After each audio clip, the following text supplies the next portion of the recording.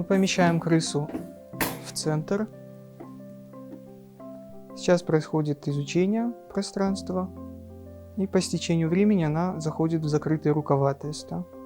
Это значит то, что для нее эта ситуация новая, стрессовая, и она пытается скрыться.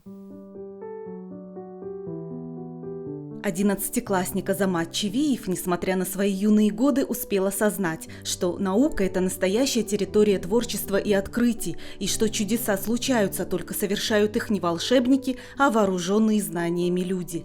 Юноша пришел на факультет химии, биологии и биотехнологии Северо-Осетинского госуниверситета 4 года назад и с тех пор не раз становился призером региональных и всероссийских конкурсов, публиковался в авторитетных изданиях, рекомендованных Российской академией наук. Я в данной лаборатории занимаюсь изучением поведения животных в различных стрессовых ситуациях. Также наша лаборатория занимается изучением и разработкой новых методов решения проблем стресса, тревожности. Исследования проводят на животных, конкретно на грызунах, в данном случае на крысах, с использованием различных моделей. Также разрабатываются различные препараты, как синтетические, так и растительного происхождения, для коррекции эмоционального состояния как животных, так и человека. В этом университете лабораторные животные служат науке с момента образования кафедры зоологии. Белых крыс и сегодня используют для исследований в генетике, микробиологии, вирусологии, токсикологии. А эти экспонаты являются учебным материалом для практических и лабораторных занятий. Они – часть фонда зоологического музея, который на юге России является богатейшим хранилищем коллекций видов макро- и микроорганизмов. Кафедра зоологии занимается изучением биоразнообразия животных северных склонов Центрального Кавказа. Этим исследованиям посвящали свои труды, начиная с 20-х годов XX века, известные ученые. Они принесли вузу мировую славу, а сейчас их работу продолжают ученики, в числе которых доктор биологических наук, профессор Сусана Черчесова. Она занимается исследованиями в области гидробиологии, науки об организмах водной среды. Насекомые сами по себе и вообще животные, они трансграничные, то есть им паспорта не надо предъявлять, они пересекают все это достаточно на больших расстояниях. Вы знаете, на территории сопредельных стран, какими стала Украина, Казахстан, Грузия, масса биолабораторий, где как биологическое оружие используются насекомые. И вот работы по энтомологии в этом аспекте очень важны, потому что нужно знать видовое разнообразие. Уже даже во многих регионах России стали обнаруживать виды, которые не характерны для данного региона. В частности, малярийный комар, который, допустим, в северных широтах не был распространен, сейчас его находят. Все это связано с биологическим оружием. И просто появление новых инвазивных видов, оно должно вызывать внимание и осторожность, потому что они являются переносчиками различных заболеваний. Северо-Осетинский госуниверситет сегодня единственный из вузов России занимается исследованиями, связанными с насекомыми Кавказа и прежде всего гидроэнтомологией. С 2010 года здесь регулярно проводится Всероссийский симпозиум с международным участием по амфибиотическим и водным насекомым. Он стал важной площадкой апробации научных результатов по этой тематике. В этом году анонс о проведении этого симпозиума в 2023 году в Северо-Осетинском университете во Владикавказе размещен в обзорном журнале ПРЛ, международном журнале по веснянкам. И наши коллеги за рубежом знают о том, что в следующем году мы ждем ученых не только со всех уголков нашей страны, но и наших зарубежных коллег. В университете ведется работа по созданию сайта Музея живой природы Осетии, по строительству крупнейшего на Северном Кавказе низкотемпературного хранилища семян редких и исчезающих хозяйственно ценных растений. Разрабатываются базы данных биоразнообразия наземных и водных экосистем Центрального Кавказа, а результаты исследований находят отражение в многочисленных фундаментальных трудах. Факультет у нас очень много молодых, вот молодой преподаватель ведет занятия, и защиты идут у нас практически ежегодно, защищаются биологи. Учебное заведение, из которого вырос современный Северо-Осетинский государственный университет, основали в 1920 году. Называлось оно Терским институтом народного образования. В те годы все кафедры, ведущие работы по изучению природных явлений, входили в состав естественно-географического кабинета. Именно этот период и считается началом создания нынешнего факультета химии, биологии и биотехнологии. Начинался факультет с кафедры зоологии, дальше появилась кафедра химии, факультет развивался, шлись очень серьезные научные исследования, привлекались ученые со всего Советского Союза, именитые, значимые, с научными трудами. Шло вот такое развитие факультета образования, естественно-научного образования. В том виде, как сейчас существует факультет химии, биологии и биотехнологии, он появился в 2015 году. До тех пор это были отдельные факультеты химико-технологические, химико-биологические, до того биолого-технические. И вот сейчас мы в таком качестве существуем. Традиции, заложенные преподавателями и студентами нескольких поколений, незыблемая основа для развития факультета химии, биологии и биотехнологии. Здесь сегодня обучаются 260 бакалавров, 40 магистров и 16 аспирантов. На сегодняшний день мы принимаем студентов на 4 направления подготовки бакалавриата. Это чистая химия, это биология по программе биоэкология, это продукты питания из растительного сырья и педагогическое образование двухпрофильное с профилями химия, биология. Магистратура у нас есть по всем направлениям подготовки. Мы стараемся подстраивать свои программы магистерские под требования времени, стараемся общаться с работодателями, и под их интересы наши программы заточены. В составе факультета действуют 5 кафедр со своими учебными лабораториями. Работают 3 научно-образовательных центра – системного экологического анализа, тонкого органического синтеза и микробиологии. Здесь проводят разные исследования. Будущий ученый Диана Марзоева, например, определяет механизмы формирования биопленок, их устойчивость к антибиотикам, ищет новые возможности для лечения и профилактики целого ряда заболеваний. Биопленки бывают на всех поверхностях, на катетерах, на имплантантах, в зубах, на зубах. Вот то, что налет, это тоже биопленки. Поэтому люди принимают антибиотики, но они не действуют так же, как и на планктонной форме микроорганизмов, то есть на одиночные клетки. Мы исследуем или комбинации разных антибиотиков, как они могут подействовать. Исследуем также комбинацию антибиотика и растительного экстракта. Также в лаборатории микробиологии мы занимаемся исследованием бактериальной активности разных синтезированных соединений химического происхождения и растительных экстрактов, как вы видите на столе. Исследуем микрофлору воздуха, микрофлору почвы, микрофлору воды, смывы с рук, микрофлору полости рта и еще многое другое. Работа всех структурных подразделений факультета взаимосвязана. Например, объединение химии и биологии позволяет решать задачи в области фармакологии. Студенты, аспиранты, преподаватели и научные сотрудники работают в рамках совместных проектов. Общими усилиями специалистов разного профиля проводятся научные исследования и в лаборатории системного экологического анализа, которая оснащена самым современным оборудованием. Здесь собрана целая линейка оборудования, которая позволяет нам изучать воздействие техногенных загрязнителей на организм человека. В частности, вот здесь находится очень дорогой микроскоп, который позволяет визуализировать процессы, протекающие в живых клетках. Нужно сказать, что задача эта неординарная, сложная, поскольку клетки сами по себе бесцветные. Здесь вот можно показать на реальном примере, как загрязнители окружающей среды влияют на генетический материал. Здесь вот метафазная пластинка крыс. Мы крыс затравливали в модельных условиях солями тяжелых металлов, и результатом являются хромосомные нарушения, да, как говорят, хромосомные аберрации. То есть мы оцениваем воздействие патогенных факторов. То есть это уже такой молекулярный уровень. Вот здесь у нас представлены установки по выделению биологически активных веществ. То есть нужно сказать, что мы изучаем не только токсическое воздействие на организм, но и пытаемся этому что-то противопоставить.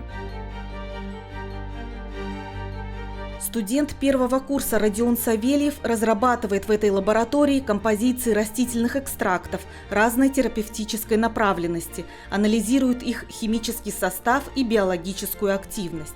Житель Москвы намеренно выбрал Северо-Осетинский госуниверситет для своей учебы, предварительно ознакомившись с образовательной программой интересующего его направления. Я приехал сюда из Москвы, так как этот регион довольно-таки, я имею в виду Северная Осетия, довольно-таки богат своей флорой и фауной. Здесь широкая база для проведения исследований. Также есть некоторые виды эндемики, например, гинка. Здесь вот представлены их лекарственные экстракты, полученные в нашем регионе и полученные из Китая. И наш по своей активности занимает более выгодное положение, чем китайский. Его применяют для ангиопротекции, для стимуляции работы мозга и восстановления кровообращения при сложных ишемических заболеваниях. Здесь представлены специфические реакции, при помощи которых мы можем анализировать их состав. Здесь от сложных цианидиновых проб до хелатирования металлов. Экстракция у нас преимущественно происходит на водно-спиртовых растворителях, либо на воде. И самый эффективный, который мы внедряем, это экстракция по сакслету. Потенциал для исследований большой, ведь из 20 тысяч видов растений, произрастающих на территории нашей страны, в медицине используют лишь 10%. Предварительный биохимический анализ был проведен на 5000 видов, а всесторонний только на 500. Лора Голоева изучает, как влияют растительные препараты на поведение лабораторных животных. Мы используем для этого различные лабораторные модели, в том числе открытое поле, которое тоже представлено в видеоролике. То есть, допустим, те экстракты, которые выделяет Родион, мы можем посмотреть, как они влияют на поведение и эмоциональный статус животных, а также их общую двигательную активность.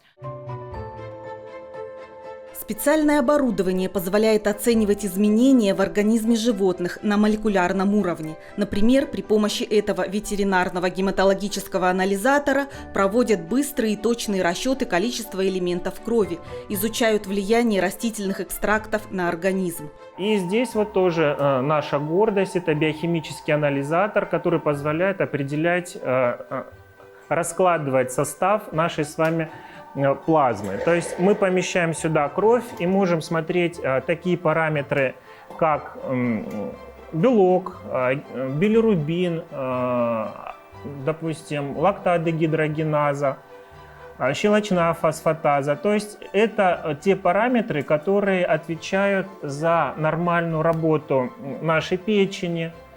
Они отвечают за нормальную работу систем выделения, да, то есть это почки, если мы смотрим кальций, фосфор, креатинин и другие параметры. То есть у нас достаточно широкий круг решаемых задач, причем уникальность этой лаборатории в том, что она позволяет решать их комплексно. Эффективные помощники студентов и преподавателей факультета, традиционные и интерактивные стенды и модельные установки. Здесь своя программа есть. Она регистрирует все показания. Здесь везде стоят датчики. Одно из самых интересных и ароматных помещений факультета – это лаборатория товароведения и технологий продуктов питания. Здесь теория ежедневно подкрепляется практикой. Вкусный хлеб с хрустящей корочкой, так же как кондитерские макаронные изделия и различные виды напитков, получаются при строгом соблюдении рецептуры и технологии приготовления. Для этого здесь есть все необходимое. Лаборатория оснащена современным оборудованием. Этот прибор называется структурометр. Да, на сегодняшний день мы точно можем сказать, что только у нас есть такой прибор. Этот прибор позволяет нам контролировать структуру изделия. Это очень важный показатель. Почему? Потому что, с одной стороны, наша задача решить вкусовые, органолептические свойства и, скажем, которые бы являлись достоинством нашего продукта, но и не надо забывать, чтобы он имел внешний вид. Здесь постоянно создаются новые разновидности хлебобулочных изделий, призванные не только улучшить вкусовые качества, но также поддержать здоровье людей. В этом хлебе из биоактивированного зерна пшеницы большое содержание пищевых волокон, минеральных веществ и витаминов. Но обычно мякиш у него липкий, и задача аспирантки факультета придумать решение, позволяющее повысить его потребительские свойства. Каждый новый вид продукции обычно сравнивают с контрольным образцом для определения физико-химических показателей. Помещаем заготовку и засыпаем пшеном. Не вместившийся объем измеряем цилиндром.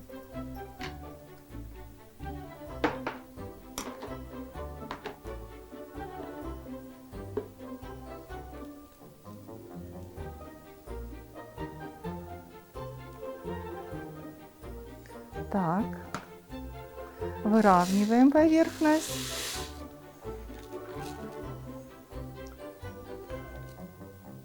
Досыпаем объем в цилиндр.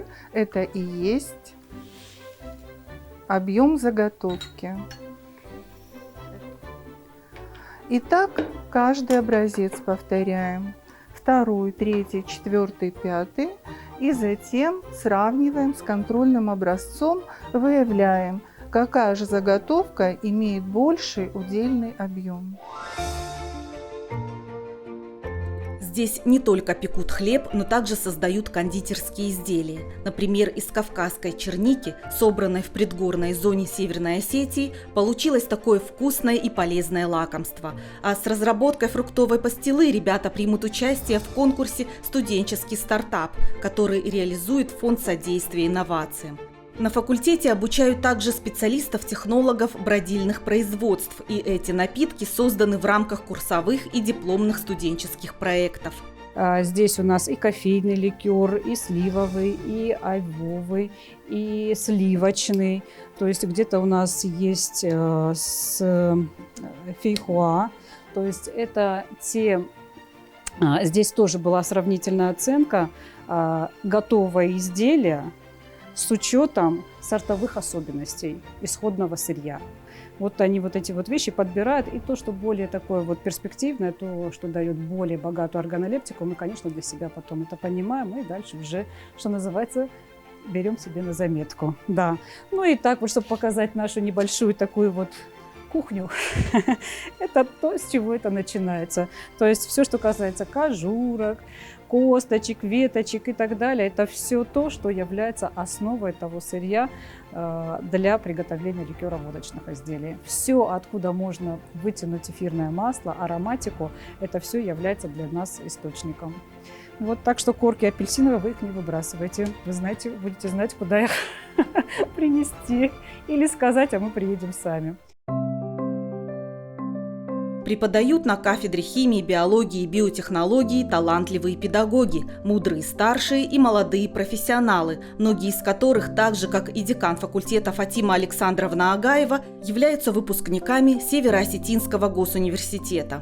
Я прошла свой путь тоже, прям со школьной скамьи я пришла студенткой на химическое отделение, тогда химико-биологического факультета, отучилась здесь, была аспиранткой Калоева Николая Иосифовича, защищала свою диссертацию в Московском государственном университете, потом вернулась сюда преподавателем, и уже где-то лет 8 я возглавляю факультет, мой родной факультет, который мне очень дорог и за который я болею вот как за свой родной, самый близкий, самый любимый, самый перспективный, самый лучший факультет. Ну, периодически у нас вспыхивают звездочки. Действительно, среди наших выпускников, тех, кто решает остаться, заниматься дальше здесь наукой, вот одним из таких примеров является Петракис Челикиди, который сейчас уже защитил кандидатскую диссертацию под руководством профессора Абаева, работает в его научной группе и сейчас самостоятельно ведет сам научные гранты, которые он выигрывает. У молодого ученого Петракиса Челикиди любовь к химии тоже началась со школьной скамьи. Дорога в науку прокладывалась победами в олимпиадах, конкурсах, а затем успехами в учебе на химико-технологическом факультете и выступлениями на конференциях. Как результат, гранты на разработку методов получения из растительных отходов, соединений для изготовления красителей, пластмассы и даже лекарственных препаратов. Это новые знания в области фурана, технологии получения ранее недоступных веществ. Фурановые соединения извлекают из отходов растительной биомассы, поэтому это актуальные и перспективные исследования, особенно для нашего региона, так как фурановые соединения извлекают из початков кукурузы, из отходов. Мы эти соединения изучаем, исследуем их реакционную способность, пытаемся получить новые соединения, которые обладают высокой добавленной стоимостью. Полученные результаты мы публикуем в научных журналах, высокорейтинговых, в зарубежных изданиях, таких как Американское химическое общество, европейских журналах. Также нами запатентованы несколько способов получения новых соединений.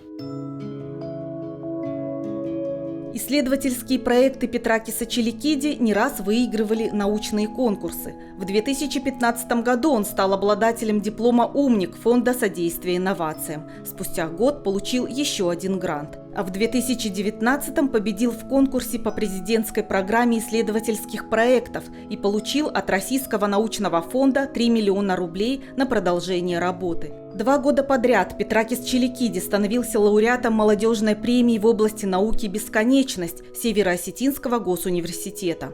Мне очень приятно и неожиданно, что я стал лауреатом этой премии. Это очень большая награда для меня.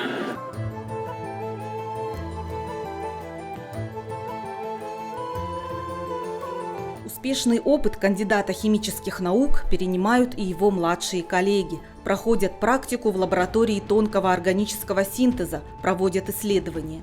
Наша исследовательская группа под руководством профессора Владимира Таймуразовича Абаева занимается фундаментальными исследованиями в области химии фурана. В этой лаборатории у нас есть возможности выполнять свои дипломные работы в полном объеме. У нас имеются все необходимые приборы. Также у нас есть научные руководители, с которыми мы всегда можем проконсультироваться насчет всех вопросов. Алан Багиев уже знает, что после окончания своего обучения будет работать во Владикавказском научно-исследовательском институте электронных материалов. Недавно он успешно прошел там собеседование, и таких примеров много. Выпускники факультета химии, биологии и биотехнологии востребованы на рынке труда. Они работают не только в Осетии, на таких предприятиях, как Бавария, Дарьял, завод «Победит», в Центре гигиены и эпидемиологии, но и в ведущих российских и международных научно-исследовательских институтах, на предприятиях микробиологической, фармацевтической, парфюмерно-косметической, пищевой промышленности. Находясь на студенческой скамье, многие из них уже работают. Наших ребят забирают прямо с выпускных квалификационных испытаний. То есть у нас на всех защитах выпускных квалификационных работ присутствуют работодатели. И очень часто сразу после защит они с ними беседуют и приглашают к себе на предприятие на работу. Недавно с группой коллег мы выезжали в Курчатовский национальный исследовательский центр и договорились о взаимных исследованиях, взаимных проектах. Наши ребята будут выезжать туда на стажировку. Часть исследовательских работ мы будем выполнять на базе нашего факультета, часть работ будем выполнять на базе Курчатовского центра, подавать совместные проекты, совместные гранты, писать совместные статьи. И это еще одна большая перспективная область нашего научного сотрудничества с ведущими вузами. На факультете обучают даже тех, кому еще рано думать о сдаче единого государственного экзамена. С 2017 года здесь работает школа юного химика. Ребята занимаются в ней совершенно бесплатно, преподают им студенты. Мы проводим на факультете занятия по воскресеньям для школьников в школе юного химика, где мы знакомимся с школьниками, которые заинтересованы в дополнительном изучении химии. Это дало нам возможность найти школьников, которые были заинтересованы в написании научно-исследовательских работ.